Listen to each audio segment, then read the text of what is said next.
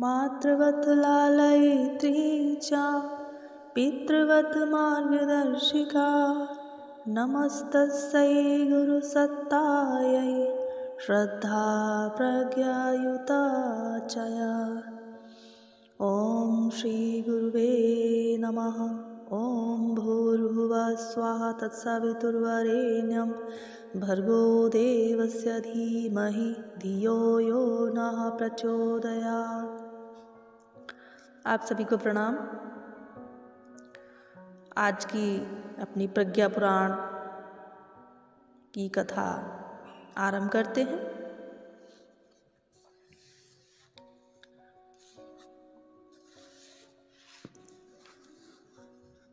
गोस्वामी तुलसीदास के अनुसार असुर मारि थापहि सुरन राखहि निज श्रुति सेतु जग विस्तारहि विशद यश राम जन्म कर हेतु। भावार्थ ये है कि अधर्म का नाश और धर्म की स्थापना अवतार प्रक्रिया का मूलभूत प्रयोजन है। यह संकल्प विराट है और अनादिकाल से यथावत चला रहा है। सुदूर अतीत के अवतारों में प्रारंभिक का कार्यक्षेत्र भौतिक परिस्थितियों से जूझना था। उसके बाद वालों को अनाचारियों से लड़ना पड़ा। राम को मर्यादा पुरुषोत्तम, कृष्ण को पूर्ण पुरुष और बुद्ध को विवेक का देवता कहा जाता है। प्रज्ञावतार इन सब का उत्तरार्ध माना जा सकता है। उसका कार्य अपेक्षाकृत अधिक कठिन और विस्तृत है। उसे मात्र सामयिक समस्याओं एवं व्यक्तिगत उद्दंडताओं से ही नहीं जूझना है, वरन लोकमानस में ऐसे आदर्शों का बीजारोपण, अभिवर्धन और परिपोषण करना है जो सतयुग जैसी भावना और राम राज्य जैसी व्यवस्था के लिए आवश्यक अंतः प्रेरणा व्यापक क्षेत्र में उत्पन्न कर सके। लक्ष्य और कार्य की गरिमा एवं व्यापकता को देखते हुए प्रज्ञावतार की कलाएं 24 होना स्वाभाविक है। बदलती परिस्थितियों में बदलते आधार भगवान को भी अपनाने पड़े हैं। विश्व विकास की क्रम व्यवस्था के अनुरूप अवतार का स्तर एवं कार्यक्षेत्र भी विस्तृत होता चला गया है। मनुष्य जब तक साधन प्रधान और कार्य प्रधान था, तब तक शास्त्र और साधनों के सहारे काम चल गया। लेकिन आज की परिस्थितियों में बुद्धि तत्व की प्रधानता है। मन ही सर्वत्र छाया हुआ है। महत्वाकांक्षाओं के क्षेत्र में अनात्म तत्व की भरमार होने से संपन्नता और समर्थता का दुरुपयोग ही बन पड़ रहा है। सभी लोग आजकल बस यही है कि मेरा मन ये है, कि मेरा मन वो है, यही सब जगह चल रहा है। महामारी सीमित क्षेत्र तक सीमित नहीं रही, उसने अपने प्रभाव क्षेत्र में समूची मानव जाति को जकड़ लिया है। विज्ञान ने दुनिया को बहुत छोटी कर दिया है और गतिशीलता को अत्यधिक द्रुतगामी है, बहुत तीव्रता तेज। ऐसी दशा में भगवान का अवतार युगांतरीय चेतना के रूप में ही हो सकता है। जनमानस के सुविस्तृत क्षेत्र में अपने पुण्य प्रवाह का परिचय देना इसी रूप में संभव हो सकता है, जिसमें कि प्रज्ञावतार के प्रादुर्भाव की सूचना संभावना सामने है। मनुष्य की वरिष्ठता श्रद्धा, प्रज्ञा और निष्ठा पर अवलंबित है। इन्हीं के कम और अधिक होने से किसी भी व्यक्ति का व्यक्तित्व जो है, स्तर जो है उसका उठता और गिरता है। इसी गिरने उठने के कारण सुख और दुख ये दोनों वातावरण बनते हैं।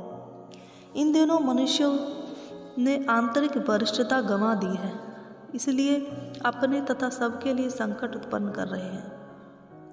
श्रद्धा अर्थात सद्भाव, अच्छे भाव, प्रज्ञा अर्थात सद्ज्ञान, प्रज्ञा अर्थात बुद्धि, अच्छी बुद्धि एवं निष्ठा अर्थात सत्कर्म, अच्छे कर्म, तीनों का समन्वित रूप ही व्यक्तित्व का निर्माण करता है। श्रद्धा अंतःकरण से स्फुटित होने वाले आदर्शों के प्रति प्रेम है।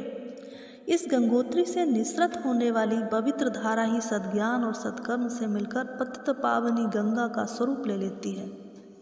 इन तीनों का विकास उत्थान ही मानव को महामानव बनाता है तथा इस क्षेत्र का पतन ही उसे निकृष्ट स्तर का जीवन यापन करने के लिए विवश कर देता है। मनुष्य अपनी वरिष्ठता का कारण अपने वैभव, पुरुषार्थ, बुद्धि बल, धन बल को मानता है, जबकि ये मान्यता नितांत मिथ्या है। व्यक्तित्व का निर्धारण तो अपना ही स्व अंतःकरण करता है। निर्णय निर्धारण यहाँ से होते हैं। मन और शरीर स्वामी भक्त सेवक की तरह अंतःकरण की आकांक्षा पूरी करने के लिए तत्परता और स्फूर्ति से लगे रहते हैं। उन्नति अवनति का भाग्य विधान यहीं से लिखा जाता है। अंतःकरण से सद्भाव न उपजेगा तो सद्ज्ञान और सदाचरण किस प्रकार फलीभूत होगा। जब भाव होंगे अच्छे तभी तो विचार बनेंगे, और जैसे विचार होंगे वैसे ही आचरण बनेगा। तीनों ही एक दूसरे के पूरक हैं। ज्ञान, भावना और कर्म तीनों अपने आप को श्रेष्ठ बताया करते थे, इसलिए झगड़ा हो गया। निपटारे के लिए तीनों ब्रह्मा जी के पास गए। ब्रह्मा जी बोले, जो आकाश को छू ले वही बड़ा है। ज्ञान सूर्य तक पहुंचा, आगे उसकी गति न थी। भावना ने छलांग लगाई तो आकाश के दूसरे छोर में पहुंच गई, पर नीचे न उतर पाई, वहीं लटकी रह गई। कर्म ने सीढ़ियां बनानी शुरू की, पर दोपहर तक थक गया। ब्रह्मा ने तीनों को दोबारा बुलाकर समझाया कि तुम्हारी पूर्णता साथ साथ रहने में है, अकेले तीनों अधूरे हैं। इनमें से एक भी कम या अधिक होने पर व्यक्तित्व के उठने गिरने का कारण बन जाता है। कई बार प्रारंभिक जीवन अच्छा होने पर भी सद्भाव संवर्धन का साधन न बनने से आचरण भ्रष्ट होने लगता है और ये पतन का कारण बनता है। आज बहुसंख्य व्यक्ति इसी समूह के अंतर्गत आते हैं। इस तरह से कथा आती है राजा बलि की। राजा बलि असुर कुल में उत्पन्न हुए थे, पर वे बड़े सदाचारी थे और अपनी धर्मपरायणता के कारण उन्होंने बहुत वैभव और यश कमाया था। उनका पद इंद्र के समान हो गया था।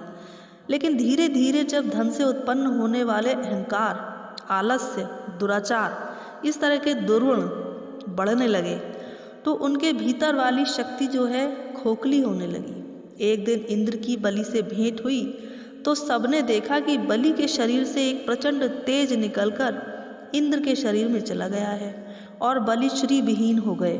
उस तेज से पूछा गया कि आप कौन हैं और क्यों बलि के शरीर से निकलकर इंद्र की देह में गए। तो तेज ने उत्तर दिया, मैं सदाचरण हूँ, मैं जहाँ भी रहता हूँ वहीं सब विभूतियाँ रहती हैं। बलि ने तब तक मुझे धारण किया जब तक उसका वैभव बढ़ता रहा, और जब इसने मेरी उपेक्षा कर दी तो मैं सौभाग्य को साथ लेकर सदाचरण में तत्पर इंद्र के यहाँ चला आया हूँ। बलि का सौभाग्य सूर्य अस्त हो गया और इंद्र का चमकने लगा। उसमें सदाचरण रूपी तेज की समाप्ति ही प्रधान कारण थी। ऐसे भी व्यक्ति होते हैं जो अपने व्यक्तित्व को ऊंचा उठाकर अपने को महान मानव स्तर तक का पहुंचा देते हैं, जन सम्मान पाते हैं। ऐसे निष्ठावानों से भारतीय संस्कृति सदा ही गौरवान्वित होती रही है। मानवता के ऋण हेतु तथा जनसाधारण को की दीन स्थिति से उबरकर आने हेतु प्रेरणा फूंकने में आद्य शंकराचार्य, समर्थ गुरु रामदास, स्वामी विवेकानंद, कुमार जीव इत्यादि का नाम हमेशा इतिहास में लिखा जाएगा। आदि शंकराचार्य अपनी अल्पायु में भ्रमण करते रहे। वह चारों धाम की स्थापना कर उन्होंने धर्म संस्कृति की अक्षुष्ण सेवा की। समर्थ गुरु रामदास ने स्थान स्थान पर व्यायामशालाएं, हनुमान मंदिर बनवाए और अपना संदेश युगानुरूप परिस्थितियों के अनुसार जन जन तक पहुंचाया। आक्रामक आतताइयों के विरुद्ध छत्रपति शिवाजी को तैयार कर उन्होंने धर्म मंच से अनीति के विरुद्ध मोर्चा लड़ा। स्वामी विवेकानंद ने अपने गुरु का संदेश भारत से लेकर विश्व भर में पहुंचाया। वेदांत, मानव धर्म, भारतीय संस्कृति का विस्तार उसी प्रकार अल्पावधि में ही कर दिखाया जिस प्रकार कुमार जीव ने बौद्ध मान्यताओं को विश्व के कोने कोने में फैला दिया था। लेकिन इन दिनों परिस्थितियां बड़ी विषम हैं। समृद्धि की दृष्टि से भले ही आज का मानव जो है, मनुष्य जो है, सौभाग्यशाली एवं स्वयं को अच्छा समझता हो। स्वास्थ्य, संतुलन, स्नेह, सहकार जैसे जीवन के महत्वपूर्ण क्षेत्रों में शमशान जैसी भीभत्स भयंकरता छाई हुई है। जो क्षमताएं सृजन और सहयोग में नियोजित होकर संसार के स्वर्गीय वातावरण बना सकती थी, वे ही एक दूसरे को काटने में लगी हैं। ये दुरुपयोग कैसे बन पड़ा, सृजन ध्वंस में कैसे बदल गया, इस विडंबना का एक ही कारण है, आंतरिक वरिष्ठता का अवमूल्यन। इसी की प्रतिक्रिया व्यक्ति और समाज के सम्मुख खड़ी अनेकानेक विपत्ति विभीषिकाओं के रूप में दृष्टिगोचर हो रही है। यदि जड़ें मजबूत होती तो ये स्थिति न आती।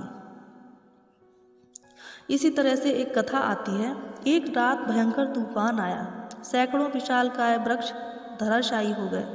अनेक किशोर वृक्ष थे जो बच तो गए थे पर बुरी तरह सक पकाए खड़े हुए थे। सुबह हुई, सूर्य ने अपनी रश्मियां धरती पर फेंकी। डरे हुए पौधों को देखकर किरणों ने पूछा, बालकों, इतना समय हुए क्यों हो? किशोर पौधों ने कहा, देवियों, ऊपर देखो, हमारे कितने पुरखे धराशायी पड़े हैं। रात के तूफान ने उन्हें उखाड़ फेंका। न जाने कब यही स्थिति हमारी भी आ बन पड़े। किरणें हंसी, बोली, बच्चों, आओ इधर देखो, ये वृक्ष तूफान के कारण नहीं, जड़ें खोखली हो जाने के कारण गिरे हैं। तुम अपनी जड़ें मजबूत रखना, तूफान तुम्हारा कुछ भी बिगाड़ नहीं पाएंगे। मनुष्यों का दीनहीन होना विचित्र बात है। जब बिना साधनों के जंगल के जानवर स्वस्थ, निरोग और आमोद प्रमोद का जीवन जी लेते हैं, तो मनुष्य दुखों का रोना क्यों रोए? स्पष्ट है कि उसकी तृष्णा, वासनाएं और अहंता ही उसे शमशान के भूत की तरह सताती रहती हैं।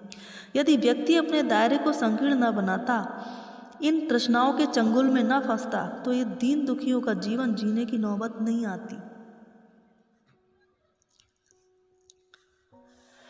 आज की कथा बस यहीं तक। ओम भूर्भुवः स्वाहा तत्सवितुर्वरेण्यं भर्गो देवस्य धीमहि धियो यो नः प्रचोदयात्। आप सभी लोग स्वस्थ रहें, प्रसन्न रहें, सुरक्षित रहें और आनंद से रहें। इसके आगे की कथा अगले दिन के लिए, तब तक के लिए नमस्कार।